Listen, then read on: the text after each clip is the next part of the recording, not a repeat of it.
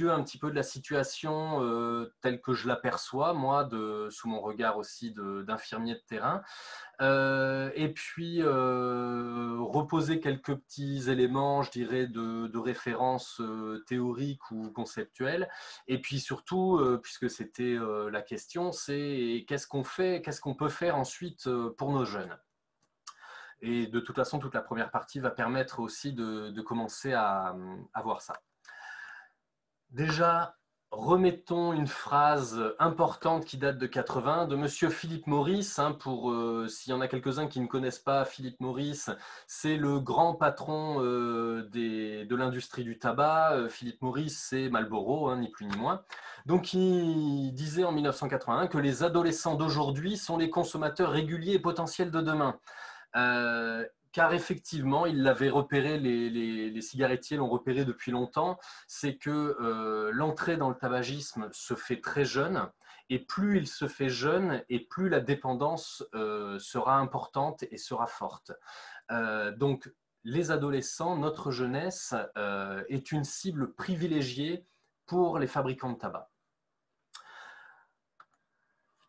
Dans cet état des lieux de base, il est important déjà de repérer en France, la France en Europe, se situe au 4e rang européen des consommateurs de tabac réguliers, des fumeurs quotidiens. On est à peu près à une personne sur 4 qui, en France, consomme quotidiennement du tabac. En général, les statistiques se font dans les 18-75 ans. Donc 25,4%. Devant nous, c'est Grèce, Bulgarie et Croatie. C'est important de rappeler ce chiffre qui est très connu. Donc 78 000 décès par an en France, c'est cette première cause de décès évitable, et c'est pour ça que le tabac est un grand problème de santé publique auquel il est important de s'attaquer. Et je voulais aussi remettre déjà dans un premier temps le fait que le tabac, c'est une histoire. Et souvent, quand je fais mes actions de prévention sur le tabac auprès des classes de collège ou de lycée, je leur pose souvent cette question. Pourquoi? Alors, on en vient à dire que le tabac est une drogue légale, mais pourquoi est-ce que le tabac est une drogue légale? Pourquoi c'est légal en France? Souvent, on a la réponse spontanée parce que ça rapporte de l'argent à l'État. Celle-là, on n'y coupe pas, et c'est toujours intéressant de la voir. Pour remettre dans le contexte, 15 milliards d'euros de taxes qui rentrent dans les caisses de l'État, mais 30 milliards de dépenses pour soulager les problèmes liés au tabagisme, que ce soit les coûts en santé directe, mais aussi les coûts pour la société en arrêt de travail ou autres. En réalité, ce qui justifie beaucoup plus le fait qu'il y ait une légalisation du tabac et que ça reste légal, c'est que le tabac, c'était une plante qui poussait en Amérique du Sud, en Amérique centrale et sud de l'Amérique du Nord. Et donc, c'est Christophe Colomb et ses hommes qui ont découvert le tabac au nom de l'Europe, puisque c'était connu déjà des Indiens d'Amérique. Quand ils fumaient le calumet de la paix, c'était le pétum. Ils l'ont ramené en Europe. Et pour ce qui est de la France, c'est Jean Nicot, qui était ambassadeur du Portugal pour la France, qui a envoyé du tabac séché à Marie de Médicis, qui a commandé les premières cultures de tabac quand elle s'est aperçue que ça soulageait les migraines. C'est aussi simple que ça. Et du coup, derrière, ça a été appelé l'herbe à la reine. Il y a eu une validation royale, et ensuite, derrière, tout un développement de l'industrie du tabac avec énormément de richesses qui en ont découlé. Et c'est ça qui justifie avant tout que c'est un produit légal, et on a une histoire, une culture avec ce produit qui a environ 500 ans. Là où aussi avec l'alcool, on a une histoire extrêmement ancienne de plus de 2000 ans. Là, avec le tabac, on a plus de 500 ans d'histoire, et c'est aussi pour ça que c'est un produit extrêmement bien implanté dans notre pays. Toujours dans cet état des lieux, l'état des lieux au niveau de la jeunesse. Aujourd'hui, quelles sont les proportions de jeunes, d'adolescents ou de jeunes adultes qui consomment du tabac? Donc les chiffres qu'on peut trouver à l'heure actuelle, alors je cite là à plusieurs reprises la Fédération de cardiologie, parce que c'est vrai que tout ce qui est cardiologie ou pneumologie a fait beaucoup de recherches autour du tabac, puisque ça les impacte directement, et parfois plus même que l'addictologie.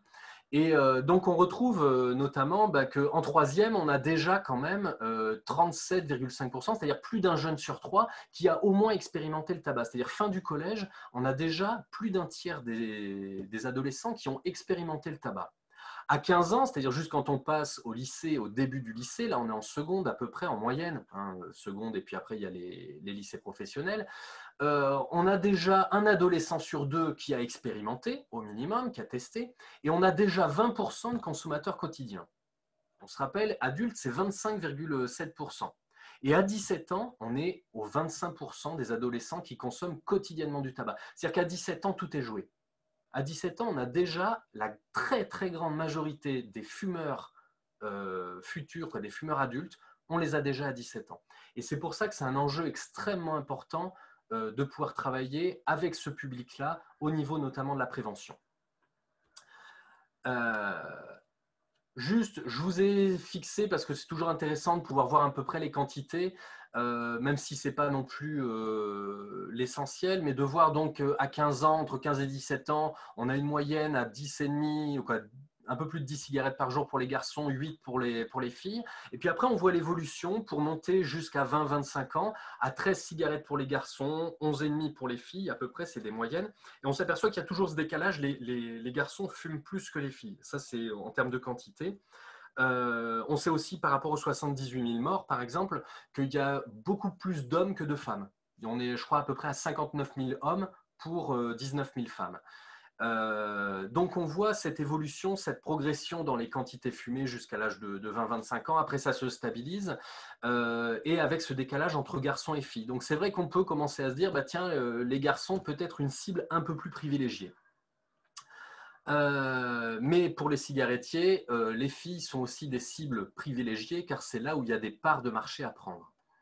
C'est comme ça qu'ils raisonnent.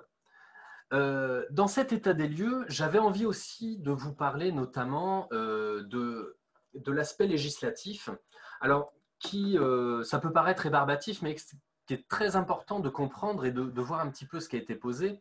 Donc, on part d'une loi Veil en 1976. C'est la première loi de lutte contre le tabagisme. C'est vraiment des petites mesures. Hein. C'est pas des choses extrêmement fortes, mais ça a malgré tout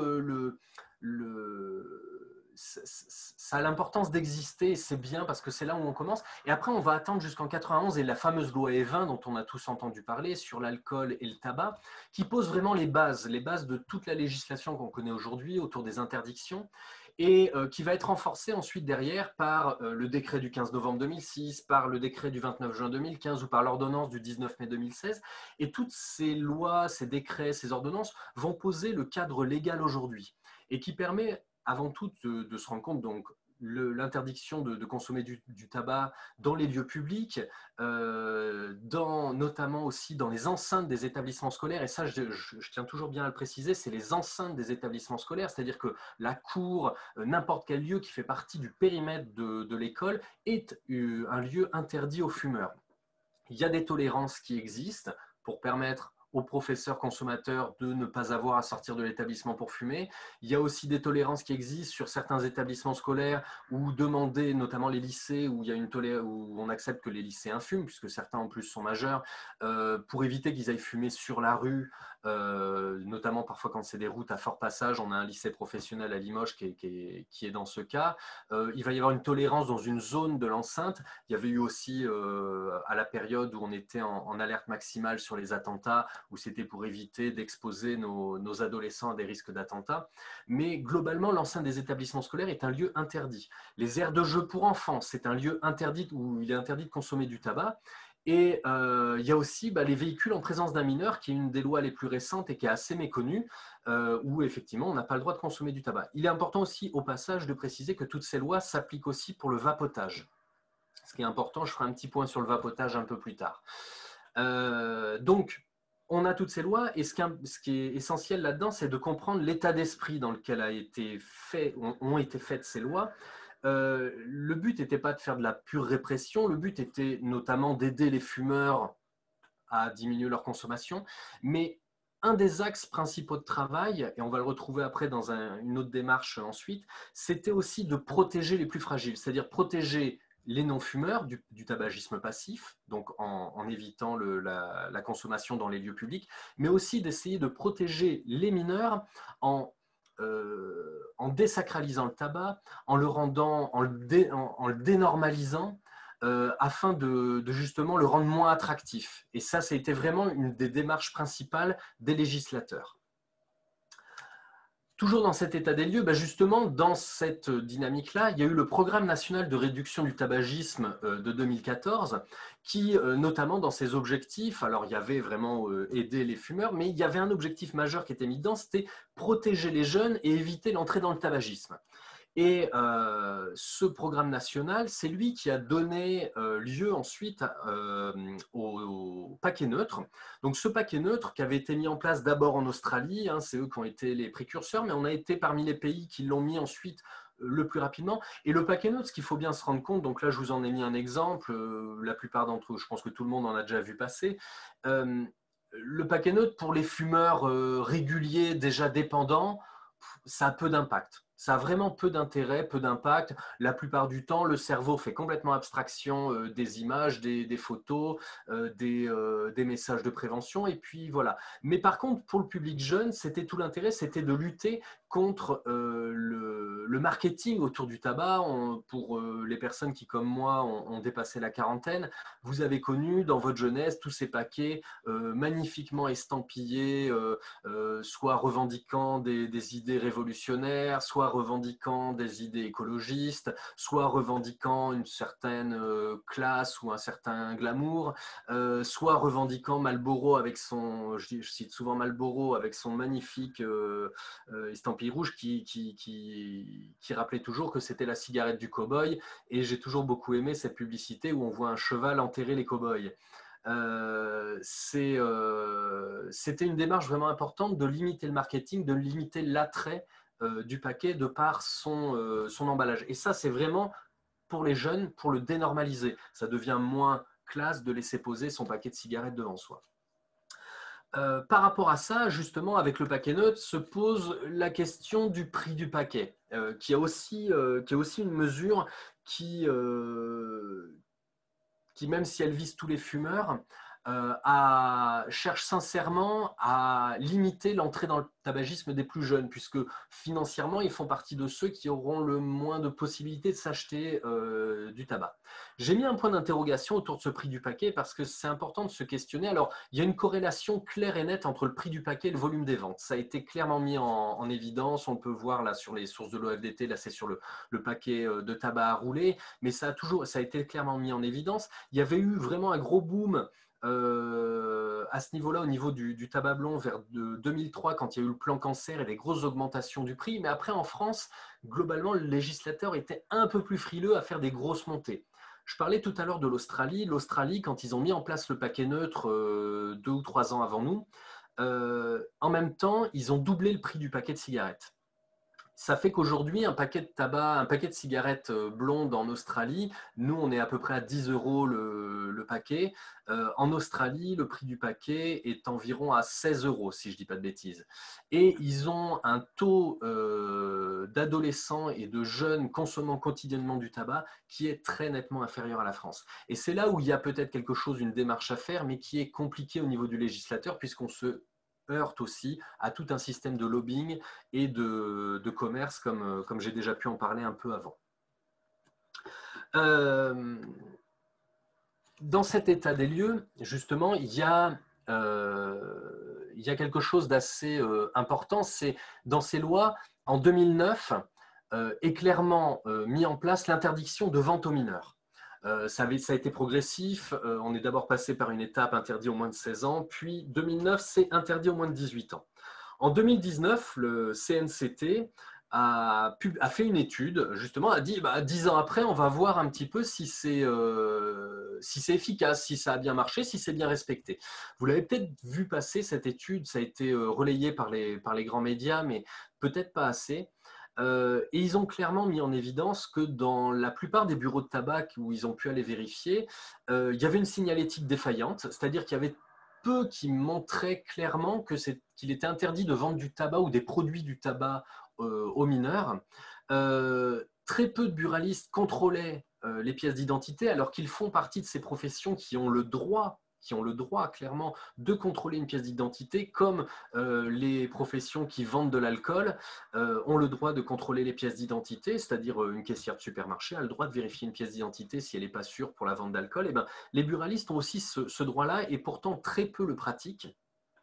Et là où c'est vraiment le plus inquiétant, c'est quand on regarde, ils ont envoyé, donc ils ont emmené des enfants de 12 ans et de 17 ans acheter du tabac dans un bon nombre d'établissements. Je vous encourage franchement à aller sur le site du CNCT pour voir le compte-rendu de cette étude. 10% des buralistes vendaient du tabac à des enfants de 12 ans. Et 60%, soit les 2/3 à peu près, vendaient du tabac à des mineurs de 17 ans. C'est-à-dire que l'interdiction de vente du tabac aux mineurs n'était pas respectée au niveau des vendeurs. Et aujourd'hui, quand on interroge nos adolescents, ils connaissent, la plupart connaissent la loi, mais ils vous expliqueront très bien que se fournir du tabac aujourd'hui n'est absolument pas un problème et qu'ils vont, la plupart du temps, ils connaissent les buralistes où ils peuvent aller et acheter leur paquet de cigarettes sans aucun souci. Donc voilà, ça c'est quand même quelque chose où il faut se questionner, je pense, aujourd'hui dans notre société. Et c'est là où j'y reviendrai après sur la vision par rapport à la prévention. Il y a des questionnements de ce genre qui sont importants et là, dans ce cas-là, cette étude vraiment est très éclairante. Dans cet état des lieux, un petit focus sur la vapoteuse. Alors là, je l'ai fait en une diapo. L'année dernière, alors on était encore sous Addictolim, donc le réseau Addicto en Limousin. J'avais eu la chance de pouvoir faire une présentation sur la vapoteuse, de pouvoir vraiment gratter le sujet sur ce qu'est la vapoteuse, sur ses fonctionnements. Là, comme on parle des jeunes et du tabac, et donc la jeune et vapoteuse, j'ai retenu surtout cette diapo qui permet de chiffrer un petit peu. Donc en 2017, ça date déjà, 2017, c'est presque très long, mais j'ai pas pris les chiffres là, j'ai pas les chiffres dernièrement, mais on avait à peu près 16,8% de jeunes, 17% de jeunes de 17 ans qui utilisaient la vapoteuse dans les 30 derniers jours, c'est-à-dire qu'ils l'avaient au moins testé, et on avait à peu près 2% d'usage quotidien.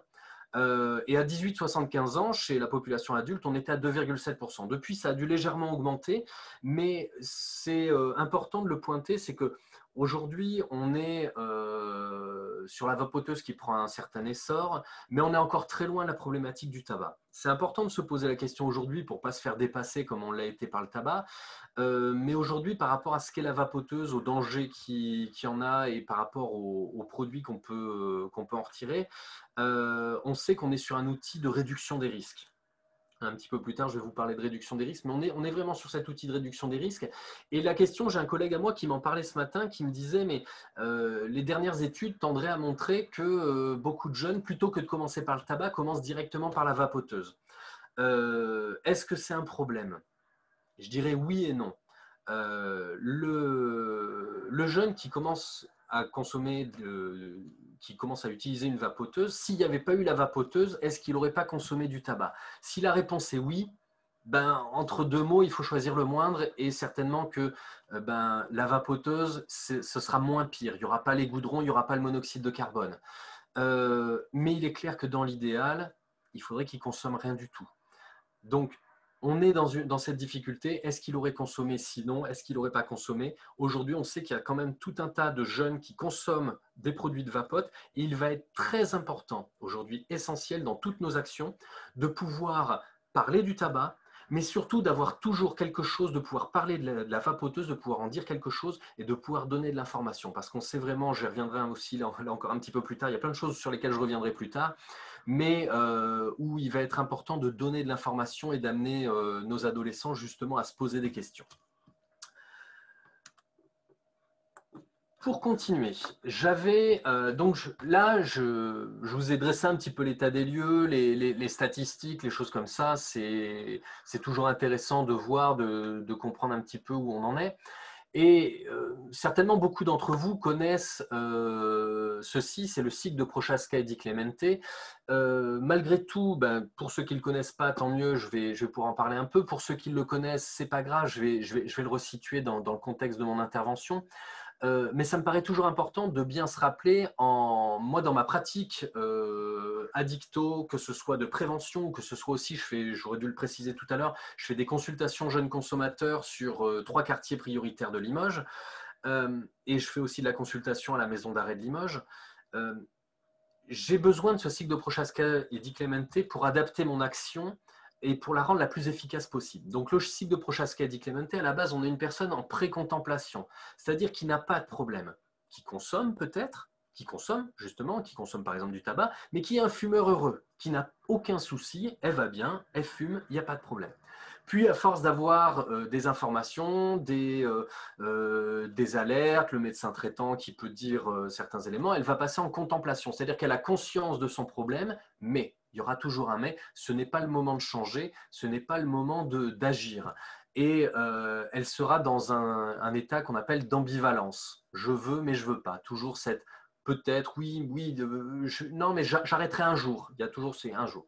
Et puis, à force de travailler éventuellement sur les motivations, c'est là où tout le travail motivationnel peut être extrêmement fort, c'est au stade de contemplation, on va aider la personne à basculer vers la décision. La décision, c'est ce stade très court, c'est ce fameux déclic qu'on recherche, on nous demande de faire des stands déclic. Alors, provoquer un déclic, moi je ne sais pas faire, mais on sait qu'on va pouvoir amener la personne à aller vers le déclic et on ne sait pas à quel moment donné il va se provoquer parce que c'est multifactoriel. Mais il y aura cette décision tout d'un coup de je veux changer, je veux réduire ou je veux arrêter. Et donc là, passage au stade action. Action, c'est vraiment, je mets en place des actions volontairement pour essayer de changer. C'est un stade où il va falloir tous les jours se remettre au travail, remettre l'ouvrage sur le métier, comme on dit, pour essayer d'acquérir un nouveau comportement et un nouveau fonctionnement. C'est un stade qui peut durer jusqu'à 6 mois, où tous les jours, il va falloir être vraiment dans cette action volontaire, pour ensuite basculer au stade de maintien, où on va maintenir son nouveau comportement, où on va essayer, où on aura moins d'efforts à faire, où ce sera des choses plus naturelles. Et puis là, il y a deux possibilités, soit la sortie. Alors en addicto et notamment en tabaco, la vraie pure sortie, elle est assez rare. On a plutôt des maintiens très longs. Et dans certains cas, on aura alors dans la base du cycle de Prochaska et Di Clemente qui n'est pas spécifique à l'addicto, on parlait de rechute. En addicto, on aime bien parler plutôt de reconsommation qui est moins stigmatisant. Donc on pourra aller vers la reconsommation et à ce moment-là, on retourne plutôt directement au stade de contemplation. On ne revient pas en pré-contemplation. Et parfois, on a même des petits switches directement de action à reconsommation. C'est important de comprendre ce cycle parce qu'il va falloir, quand on a affaire à des personnes qui consomment, si on veut pouvoir les aider efficacement, il va falloir les situer dans ce cycle. Et il est important pour moi de vraiment parler de ça parce que quand on a un adolescent qui commence à consommer, 9 fois sur 10, il sera en pré-contemplation. C'est-à-dire qu'il commence à consommer, mais il n'a pas de problème. Lui, il fait ce qu'il veut, il arrête quand il veut, il se débrouillera. Il n'y a aucun problème pour lui. Et donc, si vous commencez à un adolescent comme celui-là à lui parler des méthodes pour arrêter de fumer, vous ne lui parlez pas le bon langage. Vous lui parlez de quelque chose qui ne le touche pas. Et c'est toute la difficulté qu'il y a, ça va être d'adapter ses actions au bon moment. Si on a par contre quelqu'un qui est en stade de contemplation, là on pourra commencer à travailler sur les motivations à l'arrêt. Mais en pré-contemplation, vous serez surtout contraint à devoir à faire des actions de prévention et d'information, d'éducation, de pouvoir transmettre de l'information, de pouvoir faire du repérage précoce et intervention brève. C'est tous ces petits autotests, ces petits trucs comme ça, je vous en montrerai des exemples, qui vont permettre de se poser des questions. Il faudra amener nos jeunes à se poser des questions, c'est-à-dire faire naître cette ambivalence, faire naître cette contemplation pour éventuellement aller vers un stade de changement. Et plus on le fera naître tôt, et plus on aura de chances que le changement intervienne tôt.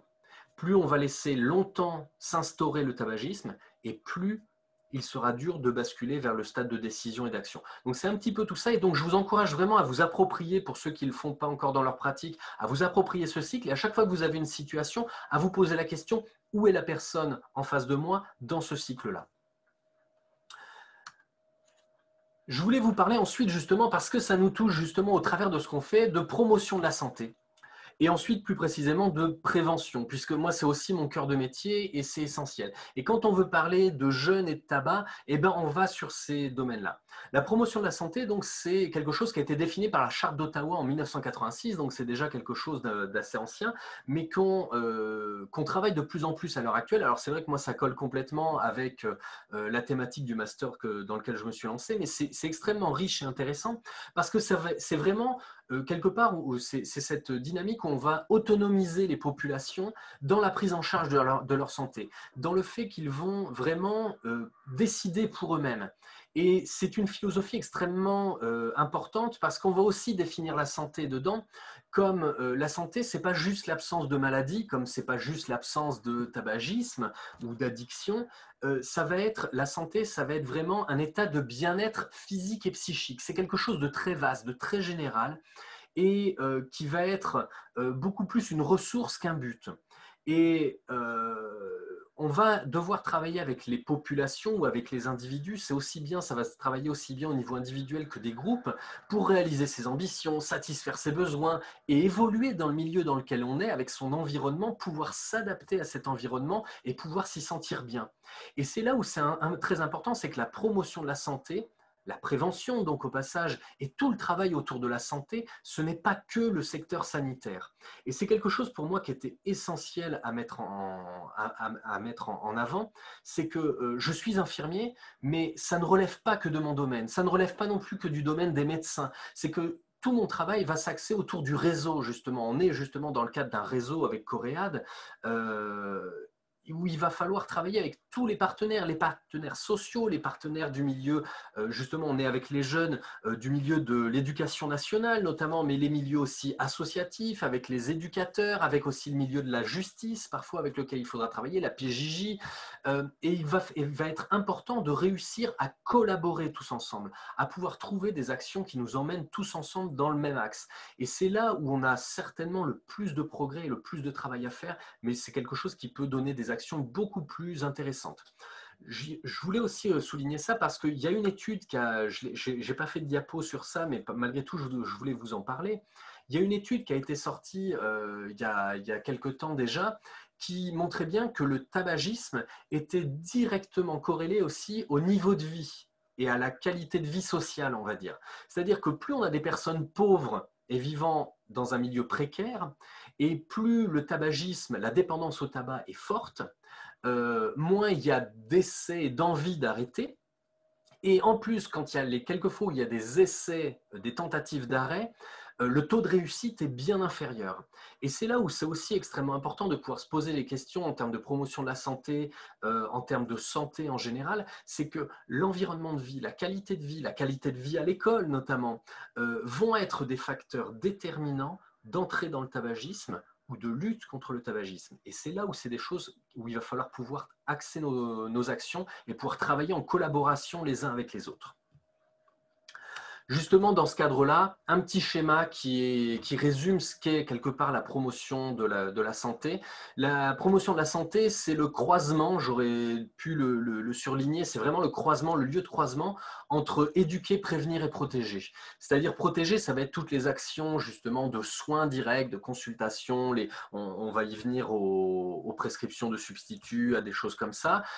Protection aussi en termes législatifs, hein, ça en fait partie. Éduquer, tout l'aspect éducationnel qui appartient peut-être un peu plus justement à l'éducation nationale ou au secteur éducatif ou au secteur socio-éducatif, et puis prévenir qui est un petit peu le domaine moi, dans lequel je travaille beaucoup depuis quelques temps, qui est les actions de prévention. Mais en réalité, ces domaines se croisent et ne sont pas le précaré d'un type de professionnel particulièrement. Et on peut justement interagir dans tous ces axes-là. J'avais justement mon collègue qui m'avait interpellé de la même manière ce matin. Hier, nous disait que par moment, quand on faisait nos actions de prévention, on nous demandait parfois de nous positionner aussi bien comme éducateur, comme travailleur social, comme animateur ou comme infirmier spécialisé. Et c'est intéressant de pouvoir justement multiplier un petit peu les rencontres entre professionnels et de pouvoir partager et monter des actions communes.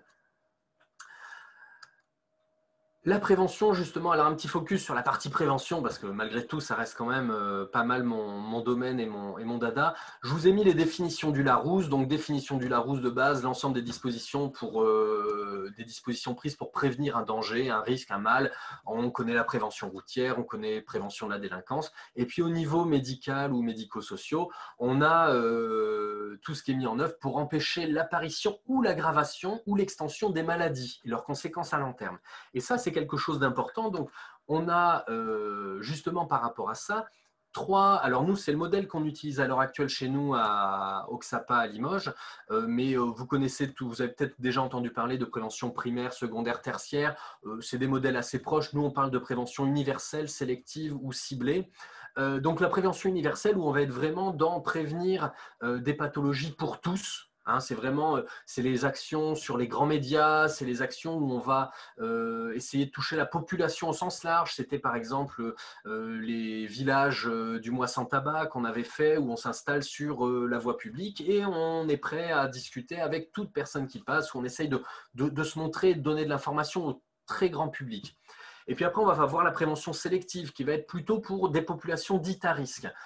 Typiquement, quand on fait des actions dans des établissements scolaires, on est dans la prévention sélective puisqu'on considère qu'on va s'adresser juste à un groupe d'adolescents dont certains, peut-être, commenceront à consommer, par exemple, si c'est sur le tabac, commenceront à consommer du tabac. Donc, on est sur une population à risque. On sait qu'à l'adolescence, c'est un moment clé, c'est un moment charnière et on va créer des actions de prévention auprès de ce public-là. Et puis, les préventions ciblées, c'est vraiment pour des groupes qui présentent déjà les comportements et les problématiques. Typiquement, la prévention ciblée, ça va être quand on fait des groupes, nous, à la maison d'arrêt de Limoges, sur l'alcool ou sur les addictions. Donc, on sélectionne que des détenus qui consomment déjà, ou on va travailler avec eux sur les conséquences de leur consommation. On n'est pas forcément dans le groupe thérapeutique, mais dans le groupe qui va donner de l'information et qui va faire de la prévention. Mais comme aussi, c'est aller faire des actions au sein de CARUD ou des actions de ce genre. Et forcément, ça amène à parler derrière de réduction des risques. Et ça, c'est vraiment quelque chose qui est extrêmement important, c'est de parler de réduction des risques. La réduction des risques, c'est vraiment cette démarche où on reconnaît que les personnes vont peut-être consommer, mais OK, si elles consomment, ben on va essayer de faire en sorte qu'elles en aient le moins de conséquences négatives possible. Je dirais peut-être un peu basiquement qu'elles n'en crèvent pas. C'est un petit peu la démarche. Oui, c'est OK. Dans l'idéal, il ne faudrait rien consommer. Bon, mais bon, si tu consommes, essaye de ne pas trop consommer. Mais si tu consommes même beaucoup, essaye de ne pas en crever. Voilà, on est un peu dans cette dynamique-là et on reconnaît que l'autre n'a pas forcément envie de se sevrer et ne vise pas une abstinence. Dans les actions de réduction des risques, c'est typiquement ce qui avait été mis en place plutôt dans le cadre de ce qu'on appelle la toxicomanie, avec la consommation de produits illicites, avec notamment les produits injectés, avec les programmes d'échange de seringues, par exemple, ou alors avec les salles d'injection à moindre risque, où on reconnaît que les personnes vont consommer, mais on va essayer de faire en sorte qu'elles consomment dans un cadre moins risqué. Et pour le tabac, justement, quand on parle de la vapoteuse, je vais revenir sur cette thématique de la vapoteuse, quand on étudie les produits qu'il y a dans l'aérosol inhalé, dans le produit de vapotage, il y a trois principaux produits à risque, formaldéhyde, acétaldéhyde et acroléine. Les deux premiers sont des cancérogènes et le troisième est un irritant. Et on sait que c'est des produits aussi présents dans la fumée de cigarette, mais 5 à 40 fois plus. Et on sait que dans la vapoteuse, comme il n'y a pas de combustion, c'est un système de vaporisation et non de combustion, eh ben, on sait qu'il n'y a pas de monoxyde de carbone et de goudron. À partir de là, c'est sur les perspectives, on va dire, pas super optimistes malgré tout. On sait que si tous les fumeurs passaient à la vapoteuse, on passerait de 78 000 morts à 15 à 16 000 morts. C'est trop encore, c'est beaucoup trop. Mais malgré tout, ça ferait quand même 60 000 vies économisées. C'est de la réduction des risques. C'est pour ça qu'aujourd'hui, c'est une démarche intéressante.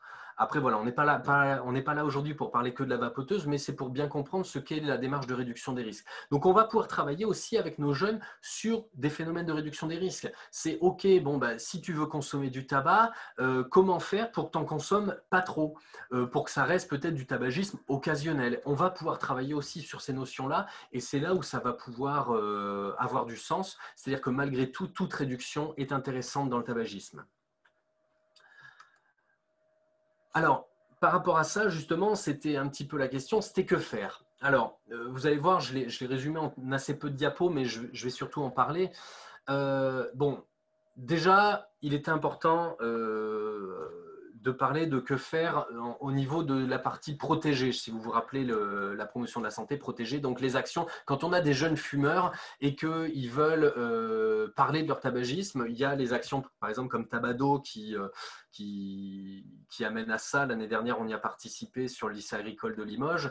On a eu quelques jeunes qui ont, je crois que c'était, moi j'en ai vu que 2 ou 3 en consultation. Mes collègues, c'était à peu près de cet ordre-là aussi. Hein, sur un lycée agricole, c'est pas énorme, mais c'était déjà ça. C'est vraiment la consultation et la prescription. Donc déjà, je voudrais rappeler la structure, le système qui existe, qui sont les CJC, les consultations jeunes consommateurs, qui sont un système qui existe au niveau national. Donc peu importe les départements où vous êtes, il y a des CJC qui sont proposés.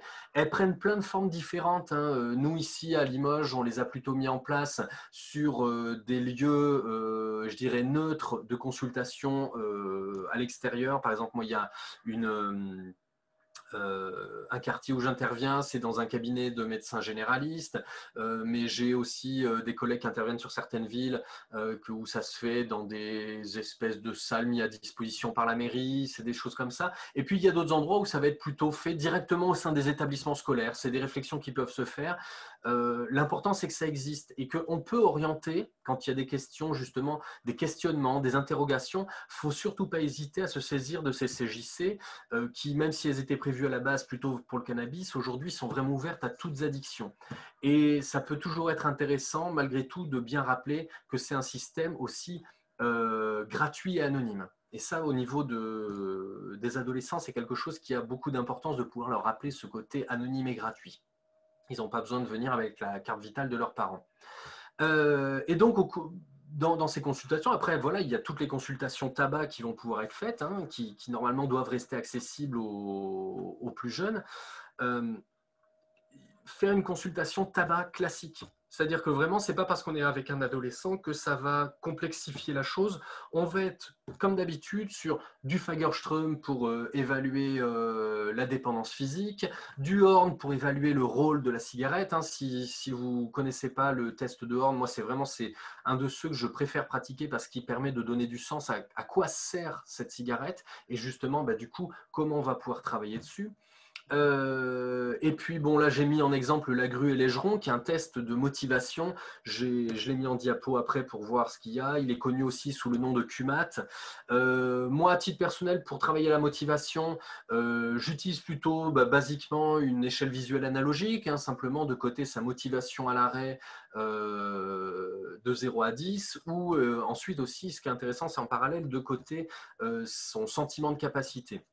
Mais quand je vous parle de ça, justement, je vous parle de consultation tabac, mais avec du travail motivationnel. Alors, pour ceux qui sont formés à l'entretien motivationnel, voilà, ça parle. Si vous n'êtes pas encore formé à l'entretien motivationnel, franchement, si vous voulez travailler sur l'addicto et notamment sur le tabagisme, formez-vous. C'est un outil extrêmement riche, extrêmement intéressant. Je dirais pas très compliqué à aller acquérir. Hein. Alors, ça dépend à quel niveau on va, mais au moins en acquérir les bases, parce que ça va permettre derrière de se donner des leviers pour pouvoir agir. Ça va être typiquement, alors ça, on peut le faire assez naturellement, la balance décisionnelle, mais aussi après justement comment on la travaille, comment on va faire pour aider la personne à basculer vers un plus fort désir d'arrêter. Et puis après, on va pouvoir mettre en place toutes les méthodes d'aide à l'arrêt et à la diminution. Alors voilà, encore une fois, on est sur du très classique, hein, c'est les méthodes traditionnelles. Alors, je vais faire un petit focus sur les substituts nicotiniques ensuite, mais où on va être sur s'il y a besoin de travailler sur des méthodes de relaxation, on peut proposer de la relaxation, on peut proposer de l'acupuncture, il y a l'hypnose qui est parfois sollicitée. Comme je dis souvent, toutes les méthodes sont intéressantes et sont bonnes à prendre. Et l'important, c'est qu'elles soient le plus personnalisées possible. La meilleure méthode pour arrêter de fumer, c'est celle qui convient à la personne. Et si pour arrêter de fumer, vous avez besoin de mettre vos chaussettes à l'envers, faites-le.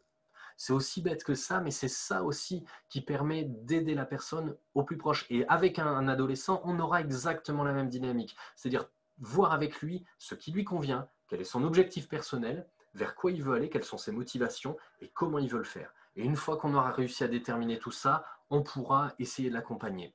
Et on se resitue dans le cycle de Prochaska di Clemente avec justement quand est-ce qu'il passe en décision, en action. et éventuellement qu'il y aura peut-être reconsommation après un moment donné. Et ce ne sera pas une catastrophe, ça fait partie du cycle, ça fait partie du système, et il reviendra et on pourra le retravailler avec. Toujours aussi dédramatisé. On est là pour ça. Chaque fois qu'on fait un tour de roue, on se rapproche d'un maintien plus long. Par rapport à ça, là je vous ai mis en diapo le test de Horn. Alors il manque juste, là c'est justement, vous pourrez le trouver sur Tabac Info Service, hein, c'est important de rappeler cet outil qui peut être intéressant, de pouvoir encourager à pouvoir s'y inscrire. Ça donne ensuite des scores et ça permet de déterminer ensuite, le test de Horn permet de déterminer à quoi sert la cigarette, notamment si c'est par plaisir, par habitude acquise, par besoin impérieux ou alors par anxiété ou relaxation, quoi. Voilà, on va être sur des domaines comme ça et ça va permettre justement de donner des pistes de réflexion et de travail sur comment faire pour arrêter, puisqu'il faudra remplacer la fonction de la cigarette et là aussi ce sera essentiel. Le test de la grue et l'égeron, test de motivation, on se projette à 6 mois ou on se projette à 4 semaines, qui permet de travailler sur les motivations. Là encore, tous les tests, que ce soit le Fagerström, que ce soit le Horn, que ce soit le Lagrue-Légeron, que ce soit aussi de faire un test au monoxyde de carbone, hein, je ne l'ai pas cité, mais c'est intéressant de le faire aussi pour voir l'intoxication.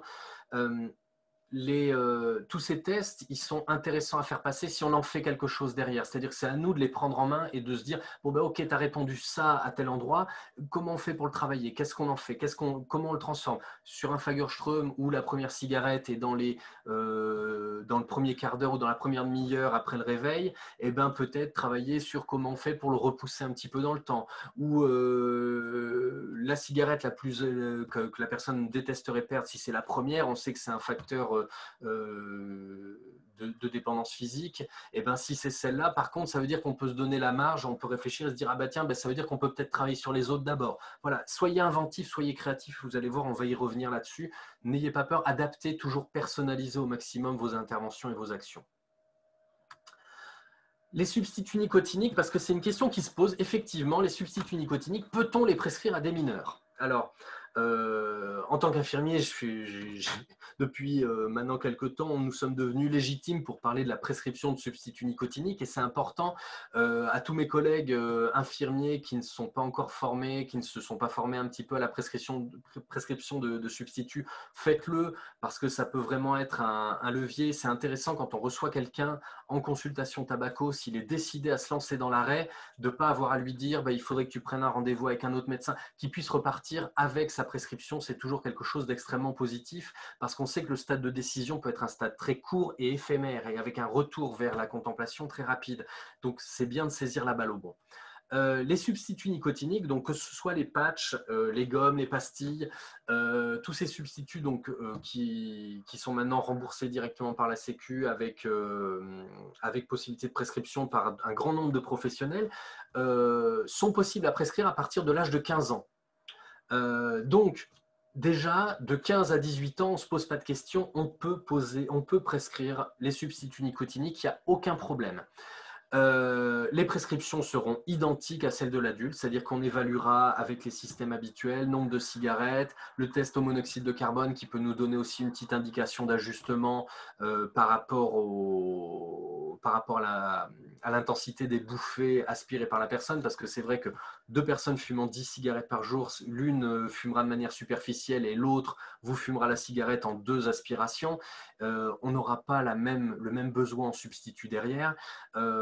S'adapter aussi en fonction justement des résultats du test de Fagerström. Est-ce qu'on commence tout de suite tôt le matin? Est-ce qu'il y a des choses comme ça? Et puis surtout le suivi qui va avec et l'accompagnement. C'est-à-dire que quand on fait la prescription, il est important de revoir la personne très rapidement derrière de manière à réajuster. Alors, si on ne peut pas la revoir physiquement, de pouvoir au moins lui ouvrir la possibilité de nous appeler, de nous recontacter pour pouvoir réadapter le dosage rapidement. Parce que surtout, je dirais surtout si on a quelqu'un qui est en sous-dosage, qui a des cravings importants, donc ces désirs de consommer qui reviennent, pouvoir l'aider à remonter le taux de substitut très rapidement, parce que sinon c'est là qu'on a un risque d'échec du traitement de substitution.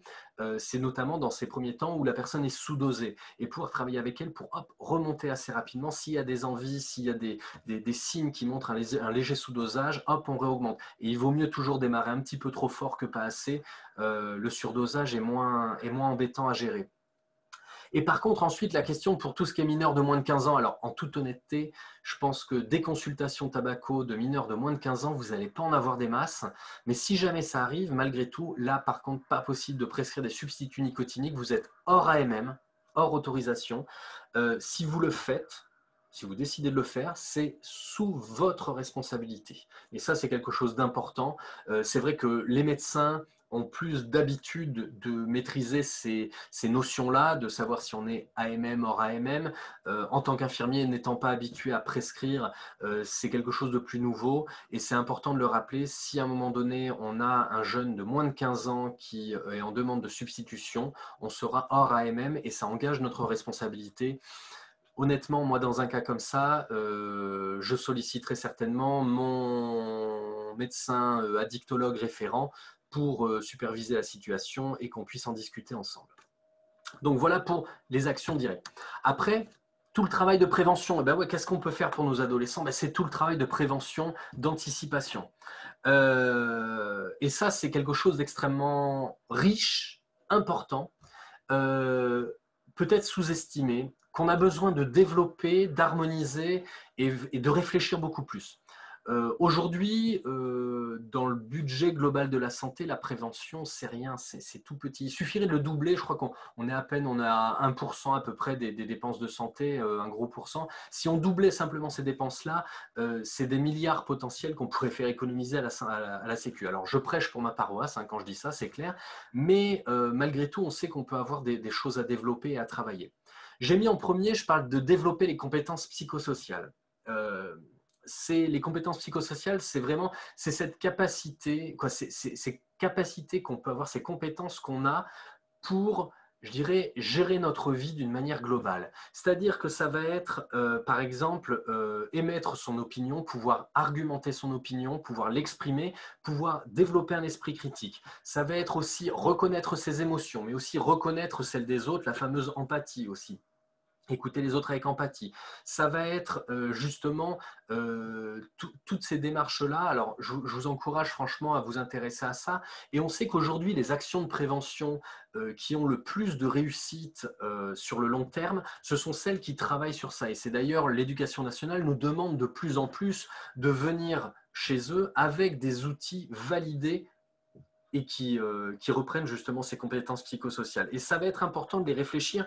Et ça, à partir du moment où on décide de travailler sur les compétences psychosociales, ça va impliquer obligatoirement de travailler en partenariat avec les autres professionnels, avec les professionnels de l'éducation, avec les professionnels aussi socio-éducatifs, avec tout un tas de possibilités. Et ça va aussi mettre en avant que bien souvent, il va falloir sortir du one-shot, de ces actions ponctuelles qui ont le mérite d'exister, qui sont bien parce qu'elles donnent de l'information et il faudra continuer à en faire, mais il va falloir aussi travailler sur comment on peut mener des actions qui ont plus de sens sur du long terme et qui justement ne mobiliseront pas forcément un seul professionnel, mais où ce sera une action qui sera coordonnée entre plusieurs professionnels, entre un enseignant par exemple de SVT, un enseignant de sport, un professionnel de la santé, l'infirmière scolaire et peut-être, je ne sais pas, on peut trouver encore d'autres articulations avec peut-être les représentants des parents d'élèves, je ne sais pas. Il y a peut-être des choses comme ça à créer et à réfléchir.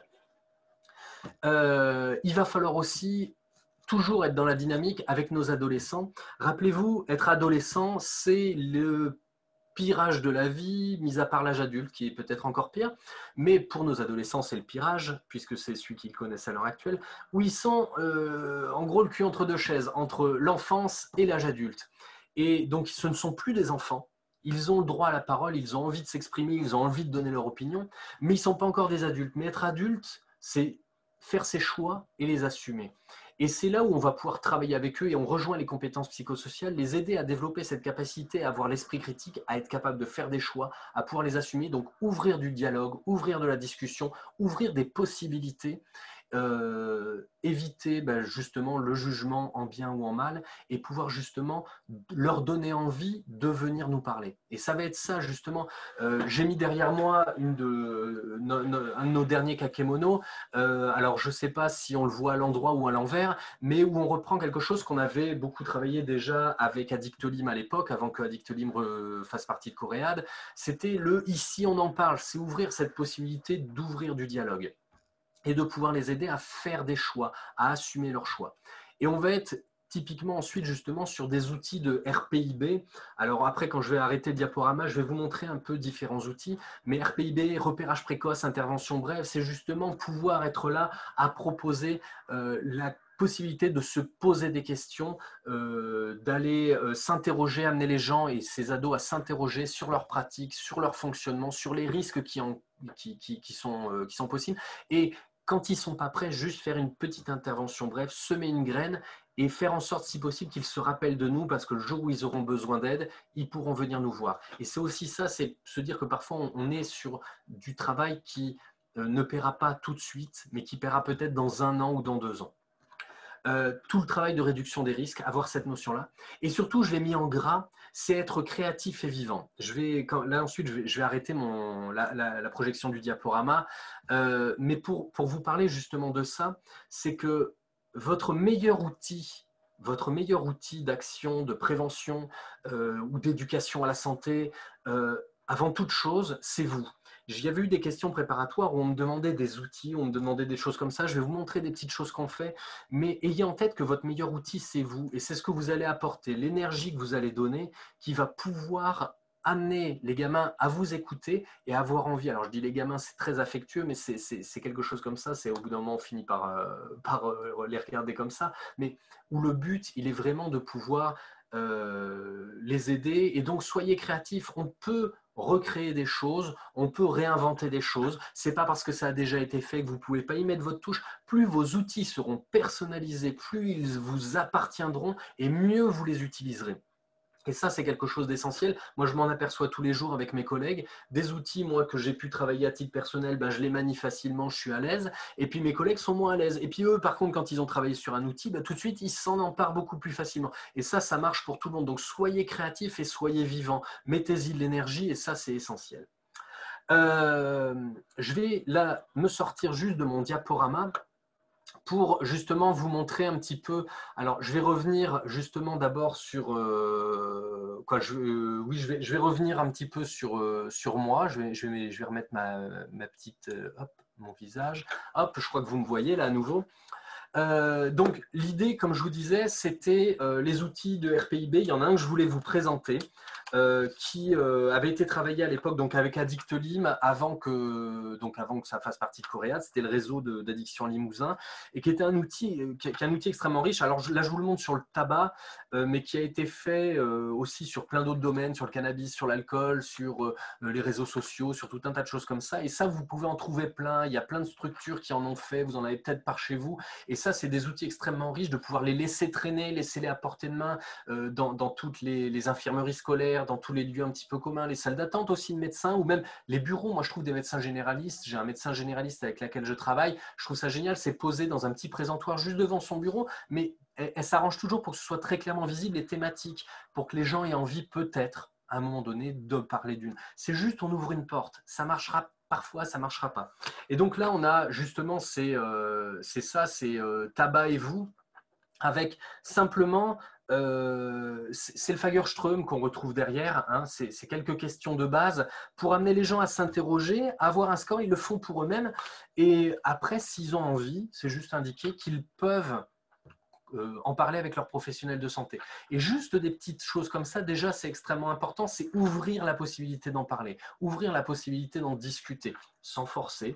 Il y a des personnes qui le reposeront, c'est peut-être ceux qui auraient le plus besoin d'y regarder, mais ça reste un outil extrêmement riche. Donc, vous voyez, on peut déjà partir sur des choses très simples. Quand on fait des stands, quand on est sollicité pour des forums, pour des choses comme ça, c'est avoir ces petits autotests. En général, c'est parmi les documents qui sont les plus pris par nos adolescents, par les jeunes, c'est ces petits autotests où ils vont regarder, ils y répondront plus tard, au moins ils se poseront la question. peut-être qu'ils ne changeront pas tout de suite, mais au moins ça va commencer à semer des graines. C'est cette idée de semer des graines. Ensuite, par rapport à ça, justement, quand on mène des actions, j'en parlais avant, vous voyez derrière moi depuis tout à l'heure ce kakémono, je l'ai amené. Nous, ça a été une action, un travail qu'on a fait ces derniers mois. On était insatisfait de ce qui se passait quand on allait sur des forums, des trucs comme ça. C'est qu'en gros, on manquait de visibilité. Et travailler la communication est quelque chose aussi d'extrêmement riche. On est dans un monde aujourd'hui qui communique. Vous voyez, aujourd'hui, on fait une présentation via informatique, mais nos jeunes connaissent les systèmes par les réseaux sociaux. Je vais vous en reparler après. Il faut savoir communiquer, il faut aller sur des choses. Nous, on a travaillé avec le service communication de l'hôpital pour refaire des kakémonos où la couleur, on a réfléchi à la couleur, on a réfléchi aux photos mis dessus, aux messages mis dessus, et où il était important de donner du visuel pour être repéré. Et c'est-à-dire que quand on veut mener des actions, le mois sans tabac en est l'exemple typique. C'est oui, Alicia, j'ai vu 10 minutes, ça marche.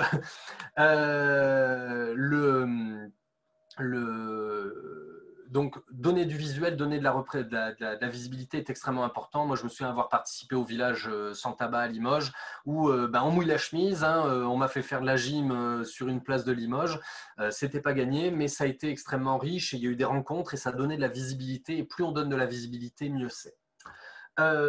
Par rapport à des outils qu'on peut utiliser, il y en a plusieurs, il y en a plein. Alors, il y a dans le cadre des addictions, il y a pas mal d'outils, des outils validés au niveau éducation nationale qu'on peut retrouver. Je participe à l'heure actuelle à tout un travail de recherche et d'expérimentation autour d'un outil que j'espère qui pourrait être validé à un moment donné et qui est particulièrement riche justement pour créer de la discussion, de l'échange, toujours cette dynamique-là. Après, dans les petits outils nous qu'on a travaillé, mis au point dernièrement, je vais essayer de vous en présenter rapidement, puisque Alicia m'a dit 10 minutes, je vais vous en présenter rapidement 3. Alors tout d'abord, un premier, juste, hop, j'ouvre ma petite mallette à côté de moi. Hop, je l'ouvre à l'envers, bien sûr. Je voulais vous présenter, c'est un petit système. On a travaillé sur un système de quiz interactif, d'abord sur la thématique du tabac, puis ensuite on est en train de la décliner sur le cannabis, sur des choses comme ça. Et on a réussi, alors j'ai été à l'initiative de ce projet, à faire investir pour des boîtiers qui nous permettent, j'ai 35 boîtiers réponses qui permettent d'aller dans des classes. C'est un système, c'est une extension de PowerPoint qui permet de créer des quiz. C'est utilisé parfois dans les entreprises pour faire des votes, des choses comme ça. Et qui permettent d'aller faire un quiz interactif. L'intérêt de ça, c'est que quand on va dans une classe, on n'aura pas toujours tous les élèves qui participent. Et là, en mettant un système comme ça, tout le monde va être attentif à ce qui se passe, va participer, même ceux qui ne parlent pas auront eu une action, une participation, et dans l'esprit, ça marque, et il y aura un peu plus d'informations retenues. Vous voyez, c'est des petits boîtiers comme ça qui permettent de donner des réponses, et je vais juste vous mettre en partage un exemple du quiz. Hop, je suis repassé sur ce côté-là, là, et je vais vous montrer quiz tabac. Hop, le diaporama, là, à partir du début. Donc voilà un petit quiz tabac qu'on a mis au point, c'est 15 questions. Je ne vais pas vous faire les 15 questions, mais où on va donc enregistrer des participations. Et ensuite, on va partir, c'est des questions de culture générale. Qu'est-ce que le tabac? Je l'avais développé au début avec un outil qui s'appelle Kahoot. Ça peut être intéressant, il a certaines limites. C'est pour ça qu'après, j'ai dû partir sur autre chose, mais qui est déjà intéressant. On transforme les téléphones portables en boîtier de réponse. Voilà, on va poser des questions sur comment est consommé le tabac, à partir de quel âge, des petites questions de législation. Et l'idée, c'est ensuite de pouvoir provoquer de la discussion. Alors, il faut l'animer, il faut être, c'est vrai, dynamique. Moi, c'est vrai que j'ai tendance à le faire un petit peu animateur télé, dans ces cas-là, de jeux télé. Mais ensuite, ça va être intéressant de pouvoir aussi poser des questions. Pourquoi c'est interdit? Qu'est-ce qui se passe? Connaître les endroits où c'est interdit de consommer du tabac et pouvoir ensuite, derrière, amener de l'information, amener de la discussion. C'est toujours intéressant. Et avec un petit côté ludique, c'est qu'on peut faire un classement derrière. Hop, j'arrête le partage, je reviens sur mon écran. L'autre, donc ça c'est un premier outil, hein, c'est franchement, moi c'est un outil que j'aime beaucoup. Alors c'est vrai que comme je vous disais, comme ça, moi j'ai vraiment été à la création de cet outil, forcément je suis beaucoup plus impliqué sur celui-là. Et puis là dernièrement c'est plus mes collègues qui ont travaillé dessus, moi j'étais un petit peu à l'écart de celui-là, mais parce que j'avais d'autres projets en tête. Pour le mois sans tabac et pour le travail d'abord dans un premier temps sur l'hôpital, pour des actions sur l'hôpital, mais après dans d'autres contextes, eh bien, est née l'envie de créer un espèce de jeu de société, mais plutôt taille réelle. Donc un espèce de jeu de loi inspiré du cycle de Prochaska et Di Clemente qu'on vous a montré pour travailler sur les processus liés au tabac, pour questionner les gens. Donc ça a donné lieu, je vous montre ça brièvement, donc des cases, par exemple là la case départ, des grandes cases comme ça où on va travailler en taille réelle. Alors c'est vrai qu'avec le Covid on est obligé de se questionner sur les fonctionnements, on a choisi des produits qui sont faciles à nettoyer, il y a tout un protocole qui va devoir être mis en place, mais avec voilà, des questions, voilà, il y aura des questions qui vont y être liées, des étapes comme les inconvénients et les motivations, comme l'arrêt. Hein, et à chaque étape ou à chaque question, on va avoir ensuite des fiches avec des questions ou des affirmations qui vont chercher à entraîner de la discussion, à entraîner de l'échange autour de ça. Par exemple, une affirmation: pour ma santé, les cigarettes légères sont moins dangereuses. Bon, ben voilà. Ou alors d'autres: pour vous, quelle est la meilleure stratégie pour arrêter de fumer? Donc là, plutôt une question. Et ces questions vont correspondre au stade de Prochaska Di Clemente en fonction du parcours où en sera la personne. L'idée, c'est de faire du ludique pour en parler, d'animer. C'est un outil parmi d'autres. Il y avait déjà eu des choses qui ont été faites. Hein. On ne réinvente pas tout. On n'est pas non plus plus fort que les autres. C'est juste qu'en le recréant soi-même et en y mettant une part plus personnelle à notre équipe, eh bien, c'est un outil qu'on va beaucoup plus facilement aller utiliser, même s'il y a de très très bonnes choses qui sont faites. Vous pouvez en retrouver un petit peu partout. Franchement, c'est très intéressant. Moi, j'ai hâte de pouvoir l'utiliser, franchement. Et puis, mes collègues ont fait un très, très gros boulot dessus et on a eu de l'aide et de l'appui là-dessus. Pour finir, je voulais vous montrer un petit truc. Alors, là, je vais vous montrer, c'est une avant-première. C'est aussi d'autres domaines où on peut aller travailler de la prévention et de l'information. C'est justement, je parlais de prévention universelle et du fait que nos jeunes sont aussi sur les réseaux sociaux, sur des trucs comme ça. Alors, je ne dis pas que ça va être fabuleux, mais l'idée me venait depuis un moment. J'avais envie de pouvoir parler justement de thématiques d'addicto sur des formats très courts et de pouvoir aller envahir un petit peu les réseaux sociaux, de pouvoir les diffuser, parce que je vois souvent des pubs d'alcooliers, de cigarettiers, des pubs déguisées, hein, souvent avec des pseudo-études scientifiques. Et donc du coup, on m'a laissé la possibilité d'expérimenter la fabrication de films, de petits films d'animation autour de thématiques, donc de thématiques précises. Donc là, je vais vous en montrer une. Et l'idée, c'est de pouvoir ensuite aller les diffuser donc sur la chaîne YouTube d'abord de l'hôpital, mais ensuite justement de pouvoir l'en extraire pour aller sur certains réseaux sociaux, pouvoir balancer et donner de l'information, et peut-être aussi, dans certains cas, permettre à des professeurs de travailler en amont sur des thématiques. Vraiment, le but, il est simplement de donner de l'information, c'est à titre informatif, et de pouvoir après éventuellement en rediscuter après. Je vous partage l'écran et puis après, je crois que j'aurai fait à peu près le tour. Hop, là, je suis ici. Hop, on va passer en plein écran.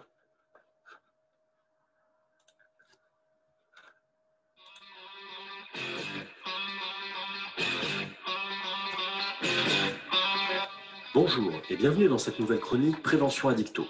Aujourd'hui, nous allons parler du tabac et essayer de répondre à cette question: qu'y a-t-il dans la fumée de cigarette? Avant sa combustion, le tabac vendu dans le commerce pour les cigarettes, les pipes ou les chichas contient environ 2500 produits différents. Certains sont présents naturellement dans la plante, d'autres ont été rajoutés par les industriels. Une cigarette devient ensuite une véritable usine chimique. Lors de la combustion, la température peut atteindre plus de 1000 degrés. Les différents éléments se recombinent alors et forment la fumée et les cendres. La fumée est un mélange de gaz et de particules. On dit que c'est un aérosol. Selon les publications, on considère que cet aérosol contient entre 4 et 7000 produits différents. Les plus connus sont la nicotine, le monoxyde de carbone et les goudrons. Mais lorsque cet aérosol est analysé, on retrouve entre 50 et 90 substances cancérigènes avérées. D'autres sont des poisons. tels que le cyanure, des hydrocarbures comme le méthanol ou des métaux lourds comme le plomb ou le mercure. Alors bien sûr, dans la fumée d'une seule cigarette, chacun de ces produits est en très petite quantité. On ne peut pas faire voler une fusée avec une cigarette. Mais l'exposition répétée et prolongée à chacun de ces produits les amène à avoir une action très néfaste sur l'organisme. Attardons-nous un instant sur les goudrons. C'est un mélange de particules produit lors de la combustion du tabac, mais aussi lors de la combustion de nombreux autres produits. C'est une substance noire et collante, identique à celle qui sert à recouvrir les routes. On y retrouve plusieurs centaines de substances. Certaines sont des hydrocarbures, d'autres des amines aromatiques ou bien encore des combinaisons anorganiques. Parmi ces substances, certaines seront des cancérigènes prouvés ou soupçonnés. Une personne qui consomme 20 cigarettes par jour pendant 1 an inhale environ 2 pots de yaourt de goudron, dont la grande majorité viendra tapisser le système respiratoire. Les effets des goudrons ne sont pas immédiatement visibles, mais ils provoqueront des lésions qui pourront évoluer vers des maladies cancéreuses. Le monoxyde de carbone est une molécule issue de la combustion du tabac ou de tout autre produit. C'est un gaz inodore et incolore. Il a une plus grande affinité que l'oxygène avec l'hémoglobine du sang. En conséquence, le monoxyde de carbone va diminuer la capacité du sang à transporter l'oxygène et à le distribuer dans l'organisme. Ce gaz asphyxie le corps. C'est le monoxyde de carbone qui est mis en cause chaque année dans de nombreux accidents avec des appareils de chauffage utilisant la combustion. Dans le cas du tabac, l'intoxication se fera progressivement. La réduction générale du niveau d'oxygène dans l'organisme entraîne une élévation du rythme cardiaque ainsi qu'une augmentation de la pression sanguine. Les organes ne peuvent plus travailler efficacement et les conséquences sont fatigue chronique, diminution de la résistance à l'effort, maux de tête, augmentation du risque d'accident cardiovasculaire, impuissance et bien d'autres encore. L'intoxication au monoxyde de carbone peut être mesurée avec un appareil appelé testeur de CO. Il permet aussi d'évaluer l'intensité de l'inhalation de la fumée par le consommateur.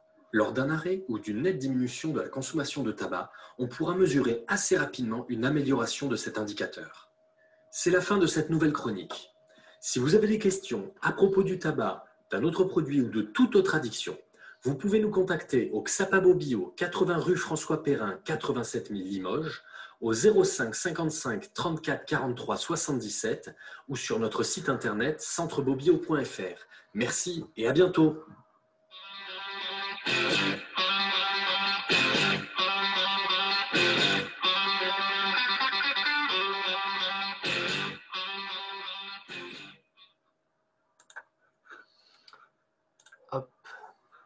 Voilà, donc ça c'était un exemple des derniers projets sur lesquels on cherche à travailler. L'idée vraiment, c'est de donner de l'information, c'est un outil parmi d'autres. Il est clair que dès qu'on va vouloir faire des actions, il va falloir multiplier les angles d'attaque, il va falloir multiplier les possibilités d'action, que ce soit directement, que ce soit par des systèmes de médias, et de pouvoir ensuite justement, je dirais, mélanger le tout et entre professionnels. Voilà en gros tout ce que j'avais envie de vous transmettre. Je laisserai de toute façon le diaporama à disposition. Et puis, je crois qu'on va faire une petite pause, Alicia, c'est ce qui était convenu. Et ensuite, éventuellement, s'il y a des questions, pouvoir discuter avec vous, pouvoir échanger. C'est par le biais d'Alicia, mais essayer de voir un petit peu si je peux apporter quelques précisions à mon discours. Voilà. Alors, merci à tous d'avoir patienté. N'hésitez pas à continuer à poser vos questions. Donc, bien évidemment, comme l'a dit Julien, le PowerPoint vous sera diffusé. Excusez-moi, je ne peux pas mettre ma vidéo puisque je n'ai pas la main. C'est Julien ou moi. Donc, je pense que c'est mieux que ce soit Julien que vous voyez. Oh. Donc, du coup, la première question, c'était sur les chiffres, sur les premières diapos, Julien. Sur l'année des chiffres que tu as que je reprenne brièvement. Normalement, tous les chiffres, c'est des chiffres récents. C'est vrai que je ne l'ai pas précisé. On est sur des chiffres qui datent à chaque fois entre 2017 et 2019. Les plus récents, les études les plus récentes sont de 2019. Après, souvent, on a des chiffres qui remontent déjà à 2-3 ans, mais par exemple, l'Eurobaromètre, c'est quelque chose de très récent. Vous le trouverez facilement, mais je crois qu'on est à 2019, si je ne dis pas de bêtises. Voilà, on est sur des chiffres. Après, quand je dis récent, c'est vrai que 3 ans en termes d'évolution de consommation, ça peut être aussi quelque chose de très déjà de vieux, hein, par moment. C'est-à-dire qu'on a la chance aujourd'hui. On a la chance aujourd'hui que c'est des thématiques qui sont extrêmement questionnées. Avec le mois sans tabac, on a des chiffres presque chaque année, alors qu'avant, il fallait attendre tous les 4-5 ans pour avoir des chiffres un peu importants. Mais malgré tout, bon, des chiffres à 3 ans, on n'est pas encore trop en difficulté. Merci. Du coup, il y avait une question sur le RPIB, le sigle. Je vais peut-être te laisser juste préciser un petit peu plus quelques mots sur le RPIB. Alors, le RPIB, repérage précoce et intervention brève, c'est une méthode d'action qui va s'adresser quelque part, c'est quand je reviens toujours à mon cycle de Prochaska et Di Clemente, plutôt aux personnes qui sont en stade de précontemplation, qui ne savent pas encore, qui ne sont pas trop posées de questions, ou des personnes qui sont en contemplation, mais voilà, ils n'ont pas envie d'en parler. On va être sur quelque chose, l'idée, ça va être de faire du repérage précoce, c'est-à-dire de donner la possibilité de s'interroger, d'aller, comme je disais, je l'avais montré tout à l'heure, là, ces petits flyers avec des questionnaires, des autotests qu'on peut trouver dans pas mal d'endroits et qu'on peut laisser dans des salles d'attente, qu'on va laisser dans des lieux de passage, qu'on va laisser comme ça, pour que les personnes simplement s'en saisissent et puissent s'interroger. Donc, on va être vraiment là-dessus pour plus les personnes s'interrogent tôt et qu'on n'attende pas qu'il y ait forcément des maladies qui se déclarent, pour qu'on n'attende pas qu'il y ait forcément toute la problématique qui soit présente. On sait que plus on s'interroge tôt et mieux c'est. Donc c'est pour ça que ça va être intéressant de laisser de l'interrogation le plus souvent possible et dans plein d'endroits.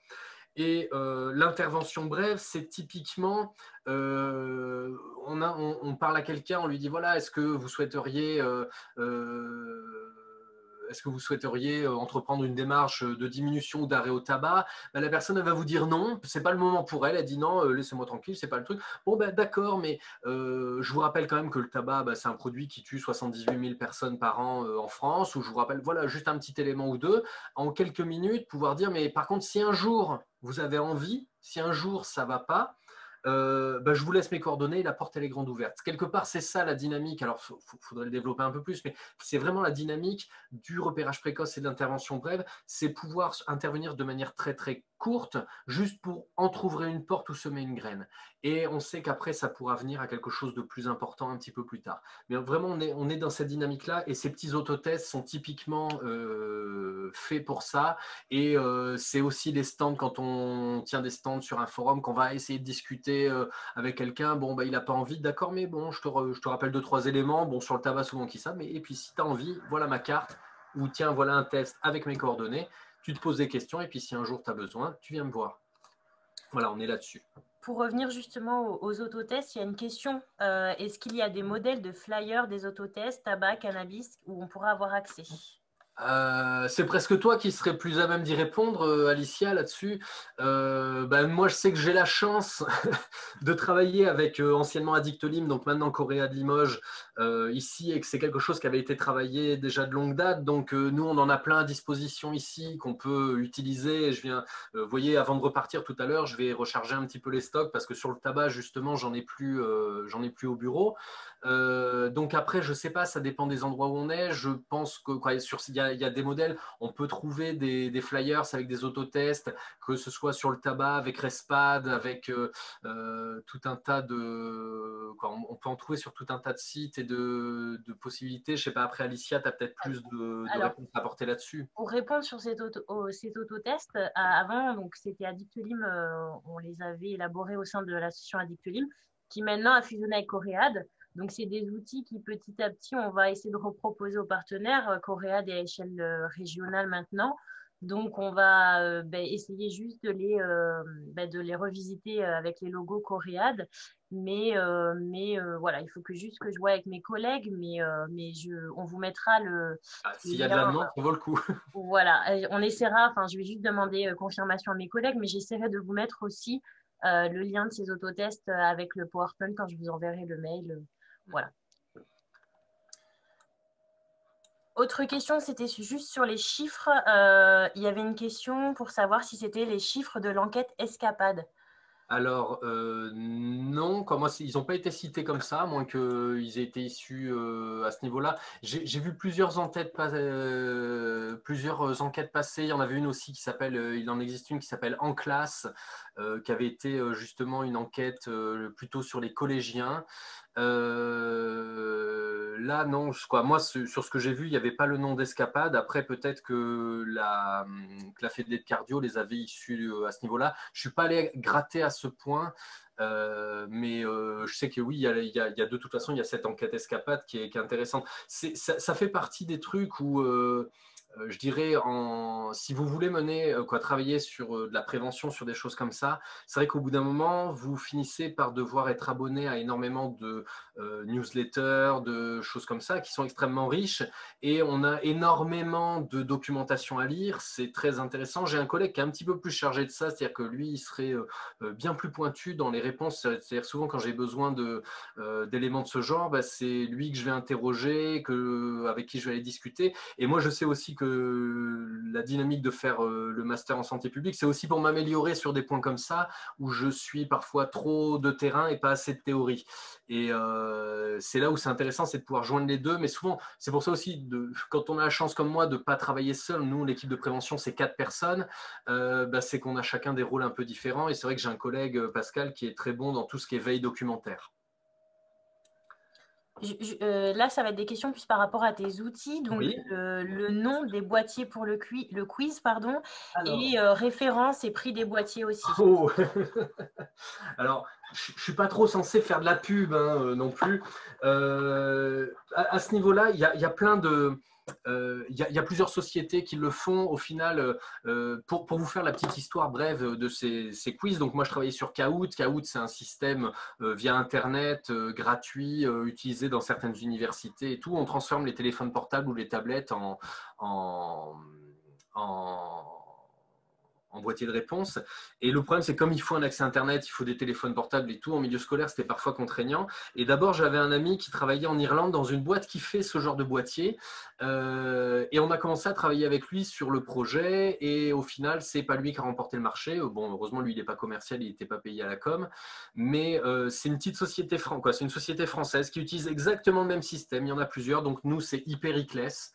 Je ne sais pas si on voit bien TOC à l'écran, mais bon, au pire, on pourra en mettre une photo. Je pourrais faire une petite photo et puis le mettre dessus. Qui est une boîte de française basée à Paris qui fait ça. Et pour nous, tout le système, donc l'extension, la partie logicielle, extension de PowerPoint, donc on l'a définitivement. C'est un truc en plus qu'on avait fait avec Addictolim à ce moment-là. Avec 35 boîtiers, le système aussi de télécommande et de réception. Le tout, c'était 1 300 €. Voilà, pour pouvoir se le financer. Avec derrière, on est propriétaire de ça. Ce n'est pas juste une licence pour un certain temps, parce que les Irlandais, eux, c'était ce qu'ils nous vendaient. C'était une licence pour 3 ans. Là, c'est propriétaire définitivement. Et on peut travailler dessus ensuite pour créer des petits questionnaires et des petits quiz comme on le souhaite. Autre question, tu n'as pas donné le nom du jeu de société. Alors oui, j'ai oublié parce que comme il est tout neuf, tout beau. Alors c'est un jeu de société qu'on a décidé de pouvoir transposer. Là, c'est pour le tabac qu'on l'a créé. Donc à l'occasion du mois sans tabac, il va s'appeler Loi sans tabac. Voilà, on s'est fait un petit jeu de mots à l'occasion du mois sans tabac, mais il a pour but de pouvoir ensuite être décliné. Il va falloir qu'on refasse des cartes de questions qui touchent par exemple l'alcool, qui touchent le cannabis, qui touchent les addictions ou les jeux vidéo, et parce qu'on peut le décliner sur tout ça. Et donc ça va nous demander à chaque fois de réinventer un nouveau nom, donc on va devoir se creuser la tête, c'est pas facile. Mais donc là pour le tabac, on a décidé de l'appeler Loi sans tabac. Et le petit truc que j'ai pas montré au passage, c'est que les cartes, on les a fait estampiller justement. Bon, ça a été marqué le jeu de loi, mais on a fait estampiller justement avec le logo du mois sans tabac. On a voulu participer de cette manière-là aussi. Donc voilà. Merci. Au sujet de la vidéo que Oui. tu as passée, donc il y a certaines personnes qui voudraient avoir accès à cette vidéo. Alors, merci, c'est gentil. Pour l'instant, dans l'immédiat, pas tout de suite, puisque en gros, vous venez de la voir, celle-là, en avant-première. On ne les a pas encore diffusées. Il va falloir que je retravaille des petits détails dessus, des petites choses. Voilà, mais c'est pas grand-chose, quoi. La vidéo, celle-là, va rester telle quelle. J'en ai déjà 5 de prêtes, une 6e qui est en train d'être construite. La difficulté pour moi, c'est d'avoir accès au logiciel, quoi. Ça, c'est des magouilles internes, on va dire. Mais l'idée, c'est qu'on va les mettre en ligne sur la chaîne YouTube de l'hôpital à l'occasion du mois sans tabac, donc là, d'ici fin octobre. Donc ça va être prochainement, mais pour l'instant, je ne peux pas encore, puisqu'elles ne sont pas encore sorties au niveau public. Mais l'idée, voilà, c'est de pouvoir parler sur des petites thématiques comme ça. C'est en moins de 3-4 minutes. C'est 4 minutes maximum. Là, celle que je vous ai montrée, c'est la plus longue. Elle fait 3,50 ou 3,55. L'idée, c'est de faire le plus court possible. C'était un format qui m'était venu d'un congrès où on avait été avec une collègue à moi de recherche en santé, où c'était parler de sa recherche en moins de 180 secondes. Et ma collègue m'avait mis au défi de pouvoir parler de quelque chose en moins de 180 secondes, ce qui m'est très difficile. Donc voilà, donc du coup, c'est vraiment de pouvoir parler sur des petites thématiques. Et puis, à une époque, on faisait des chroniques sur une radio locale, addicto-prévention. Et ça, c'est quelque chose, moi, qui m'avait énormément plu. Et c'était pareil, c'était parler d'une thématique, d'un sujet en très peu de temps. Et par exemple, n'hésitez pas, si vous avez des partenariats possibles à monter avec des médias locaux, avec des radios locales, avec des journaux locaux, n'hésitez pas, c'est vraiment un super travail à faire et ça vaut vraiment le coup. Et avec en plus, quand moi là je me débrouille tout seul, mais quand on peut avoir des professionnels du journalisme qui nous aident pour retranscrire notre discours, c'est très intéressant. Merci. Alors, que pensez-vous des vaporettes Jules venus des USA plus concentrés en nicotine? Alors, déjà, il est important, vous voyez, j'ai une vidéo qui est à peu près prête sur la vapoteuse et ce serait intéressant de comprendre ça. C'est que déjà, la vapoteuse en France, toutes les vapoteuses sont limitées à 18 mg de nicotine par millilitre. C'est une règle en France par rapport au fait qu'au-delà, à partir notamment de 20 mg, ça deviendrait un médicament. Ce qui obligerait les fabricants de liquide, de e-liquide à obtenir une AMM et à être vendu en pharmacie. Et donc, ils ne veulent surtout pas ça, parce que c'est un commerce avant tout. Et donc, à partir de là, c'est pour ça qu'en France, c'est limité à 18. Aux États-Unis, ils peuvent monter à 50 mg. Il n'y a pas de souci pour eux à ce niveau-là. Nous, c'est pour ça qu'en France, on a des personnes qui sont sous-dosées. Ça, c'est le premier point. Donc, elles sont plus dosées aux États-Unis. Bah oui, mais en France, ils ne pourront pas monter sur les mêmes dosages. Ensuite, il y a l'autre aspect, c'est que les petites vapoteuses à Joule, c'est le principe d'utiliser plutôt des sels de nicotine. Les sels de nicotine ont l'intérêt par rapport à, ont deux intérêts par rapport aux produits de vapotage qu'on avait jusqu'alors sur le marché. C'est qu'elles vont limiter ce qu'on appelle le hit, c'est-à-dire cette sensation très désagréable au fond de la gorge, alors que certaines personnes aiment bien, mais que d'autres personnes n'aiment pas du tout. Et c'est pour ça qu'ils aiment pas, ils veulent pas aller vers la vapoteuse. Ils disent ah ça fait mal à la gorge, alors que ma clope me fait pas mal à la gorge. C'est une question de point de vue. Mais donc ça va limiter ça et ça va aussi, les sels de nicotine ont une action plus rapide vers le cerveau. Et c'est un petit peu aussi je dirais, ce qu'on reproche parfois à la vapoteuse, hein, je dis bien ça avec des guillemets, hein, c'est que l'action de la nicotine vers le cerveau est moins rapide et c'est pour ça que certaines personnes vont préférer retourner vers la cigarette, c'est pour avoir cet effet flash beaucoup plus vite. On sait que la voie pulmonaire est la plus rapide pour avoir une action, donc c'est pour ça et les sels de nicotine permettent d'avoir un effet beaucoup plus rapide, donc d'avoir des montées plus vite et donc une dépendance aussi plus forte, hein. Ça, par contre, on sait que plus on a une action rapide, plus on a des risques d'avoir des dépendances fortes. Donc du coup, voilà, c'est savoir ce que j'en pense. Est-ce que je vous parlerai jamais de bien ou de mal? J'essaie toujours de connaître les produits, de savoir plutôt ce que les personnes qui consomment, ce que eux, pourquoi ils préfèrent ce produit-là ou pourquoi ils en préfèrent un autre. C'est toujours ça la question qui est importante à se poser. C'est pas de savoir si c'est bien ou mal. C'est comme si on me demandait est-ce que je pense que l'héroïne est bien ou mal ou est-ce que je pense que les jeux vidéo sont bien ou mal. À chaque fois, c'est voir avec la personne pourquoi elle l'utilise, comment elle l'utilise et ce qu'elle veut pour elle. Et moi, je ne suis qu'un outil pour lui permettre d'essayer d'aller mieux dans sa vie. Rappelez-vous la notion de promotion de la santé. Et chacun a ses propres critères pour établir ce qu'est son niveau de santé. Après, l'idée, c'est essayer de faire en sorte que chacun puisse vivre ensemble. C'est toujours très compliqué, c'est des grands défis de société. L'Addicto, et vraiment, c'est pas pour rien que la 1000DK est une mission interministérielle, c'est qu'on est vraiment sur des problématiques qui touchent à tellement de variables que c'est compliqué. Donc, savoir si je pense que les vapoteuses Joule sont bien ou mal, c'est très difficile à dire. Par contre, je sais ce que c'est, je sais pourquoi elles sont appréciées. Il y a aussi le côté mode, il ne faut jamais le repousser. C'est pas pour rien, les fabricants de produits de vapotage surfent sur les mêmes systèmes que les cigarettiers avant eux, c'est-à-dire des systèmes de marketing. Vous allez dans une boutique de vapotage, le commercial qui est derrière son comptoir vapote. Et il est incité à vapoter par ses patrons parce qu'il faut montrer qu'on utilise le produit. Mais comme à une époque, on pouvait aller dans les bureaux de tabac, vous aviez le commercial qui vous attendait à côté du buraliste pour vous vendre ses cigarettes. Moi, je l'ai connu et je ne suis pas si vieux que ça quand même. Merci. Alors, quel discours avoir face aux jeunes? Comment s'adresser à eux pour les sensibiliser sans être moralisateur? Tout est dit, c'est ça, c'est sans être moralisateur. Je dirais, allez, moi, une des clés que j'essaie de m'appliquer, je peux parler que de mon expérience personnelle, mais une des clés que j'essaie de m'appliquer, c'est de jamais oublier que j'ai été adolescent et d'essayer de me rappeler de qui j'étais, comment j'étais quand j'étais ado. Alors, j'étais pas le pire des ados, hein. Je pense qu'il y a eu bien plus difficile que moi, mais malgré tout, comme à peu près tous les ados, j'ai eu envie de me rebeller face à l'autorité parentale et l'autorité des adultes. J'ai fait des expériences, bien que mes aînés en avaient fait avant moi. J'ai testé l'alcool, j'ai testé la clope. Voilà, n'oubliez pas déjà que vous avez été adolescent. Je dirais déjà c'est important, ça vous permet de mieux vous remettre dans quel état d'esprit ils vous abordent. Et que quand vous allez les voir sur une action qui est obligée, eh ben, ils sont obligés. Ils sont obligés. Vous arrivez dans l'établissement scolaire, il y a une classe, ils sont obligés.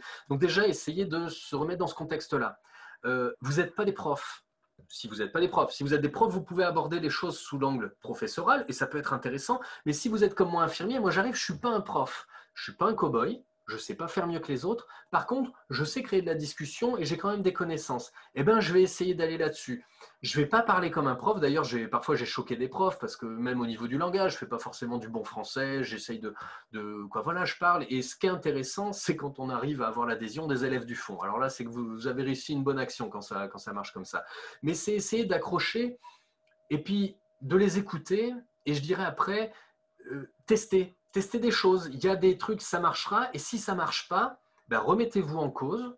Dites-vous, ben, ça n'a pas marché. C'est pas que je suis mauvais, c'est que j'ai testé un truc et que c'était peut-être pas le truc adapté. Ben, je vais tester autre chose, je vais le remodifier, échanger avec les autres personnes. Moi, comme j'ai dit à Alicia tout à l'heure, là, pendant la pause, quand je vais mettre mon diaporama, à la fin du diaporama, il y a toutes mes coordonnées professionnelles. Hein.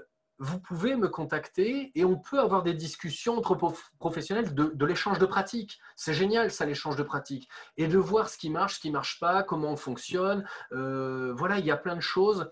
Et c'est pour ça aussi que c'est important qu'on soit de professions différentes, qu'on soit je dirais, de courants de pensée différentes, et qu'on croise tout ça. Moi, j'adore travailler parfois avec les gens qui interviennent au niveau du CARUD, qui sont des militants, quoi. Mais c'est génial parce que l'esprit militant, il est spécial, mais de se confronter, c'est bien aussi. Enfin.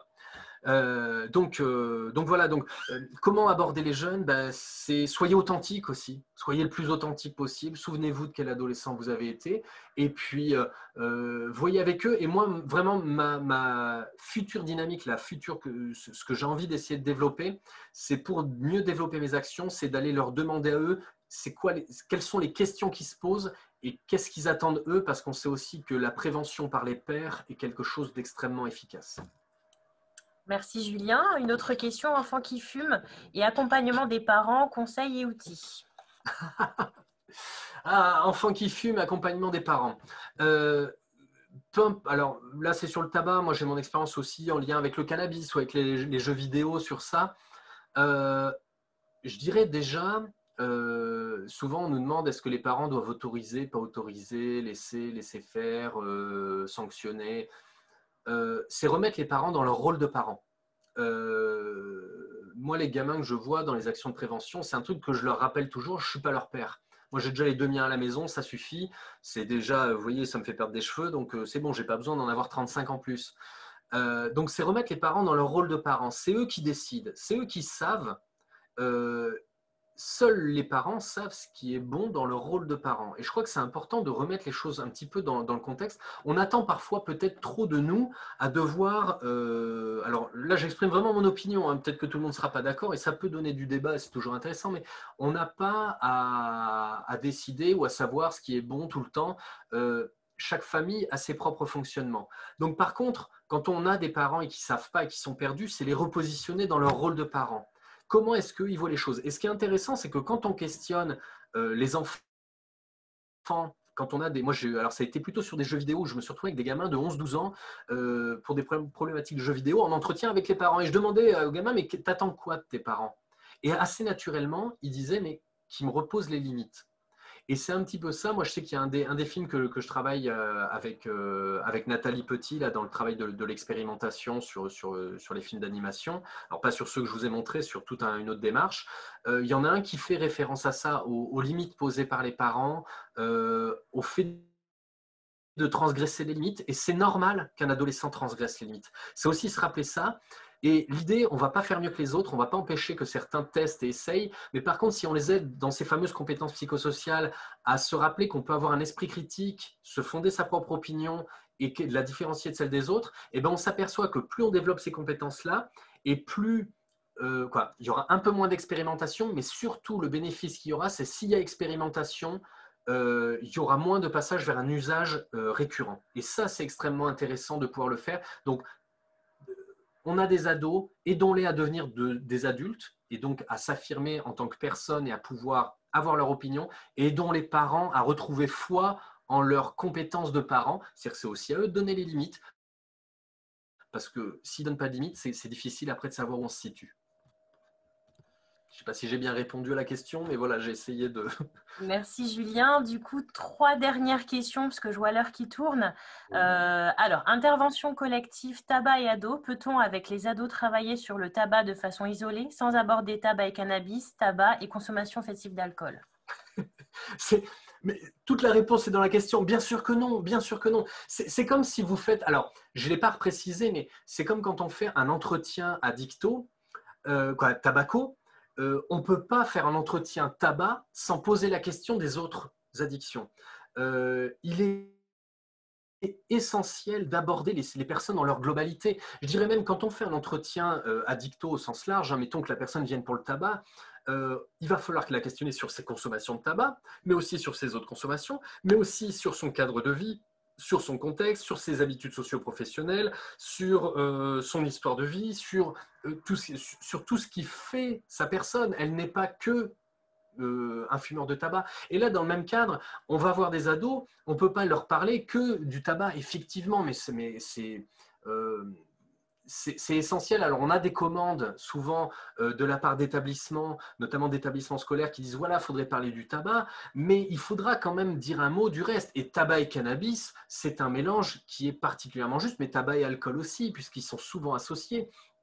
Donc, bien sûr, aborder, comme moi j'en suis absolument convaincu, que plus on aborde de sujets différents et mieux c'est. Et ensuite, vous verrez justement que parfois il y a des commandes d'établissement sur une thématique. Oui, il faudrait parler du tabac parce que c'est marqué dans les textes. Puis vous commencez à parler avec les élèves et eux, ils vous évoquent un autre sujet parce qu'en réalité, celui qui leur pose question, c'est celui-là. C'est-à-dire que par exemple, ils vont plus aller vous emmener sur l'alcool ou ils vont vous emmener sur les écrans. Et parce que c'est celui-là qui leur pose question. Et c'est peut-être là aussi où on est le plus efficace, c'est quand on peut réussir à faire coller une action de prévention avec une problématique, avec un questionnement d'actualité qui leur pose problème, on est tout de suite beaucoup plus entendu. Et effectivement, il faut aborder un petit peu tous les sujets et le coupler avec le cannabis et le coupler, c'est une évidence. Alors, juste une petite question par rapport aux outils. Pour développer et créer donc, tes outils, est-ce qu'il y a eu des financements spécifiques?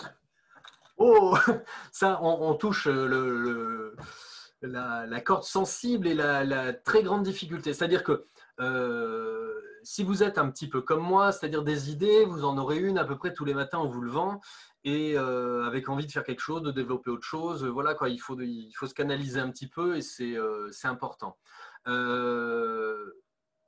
Pour ce qui est ensuite de tout ça, ben, j'ai la chance d'avoir évolué avec différents autres professionnels jusqu'à présent, avec des médecins qui m'ont appris justement à écrire des projets, à essayer de les mettre en forme, à oser tester des choses avant même d'avoir certains financements et à trouver parfois des voies gratuites, je dirais entre guillemets. Si j'avais testé les quiz à la base par caout, c'est parce que c'était gratuit et ça c'était essentiel pour moi parce que ça me donnait cette liberté de tester quelque chose sans attendre qu'on me dise oui c'est bien, et ça m'a permis derrière d'apporter des chiffres pour pouvoir monter un dossier plus clair et obtenir un financement. Et j'ai eu le coup de bol, pour les boîtiers par exemple, que c'est tombé au bon moment, où il y avait des sous disponibles par une voie, que mon médecin référent connaissait cette voie, puis hop, ça s'est super bien goupillé. Moi, pour les boîtiers, j'ai eu un coup de bol monstrueux. Pour mes films d'animation, pour les films que je travaille à l'heure actuelle, la petite vidéo que je vous ai montrée, je suis un peu plus en difficulté parce que à l'heure actuelle, dans le contexte général actuel, bah, obtenir un financement, c'est compliqué. C'est pour ça que je suis obligé de bidouiller par un autre biais. Bon, je vais me montrer patient. Je suis capable de monter des projets, mais écrivez les projets que vous avez envie de monter quand vous avez une idée. Alors c'est vrai que pour le jeu de loi sans tabac, ben là on a eu la chance que comme ça ne demandait pas un trop gros matériel, ça s'est fait avec les financements internes de l'hôpital, tout ce qui est qu'on qualifie quoi, les petits budgets annexes, les budgets loisirs et tout comme ça, bon, qui arrivent à se faire. C'est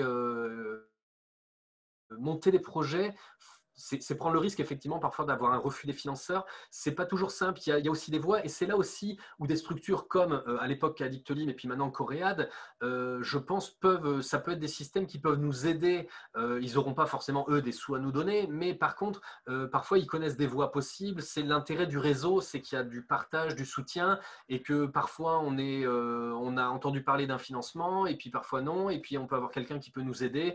Et c'est grâce à ce travail, je dirais, d'entraide et de soutien qu'on peut réussir à faire des choses assez intéressantes. Donc, ouais, il y a des histoires de financement, c'est très dur, c'est parfois galère, mais ça vaut le coup de le tenter et parfois on a des bonnes surprises.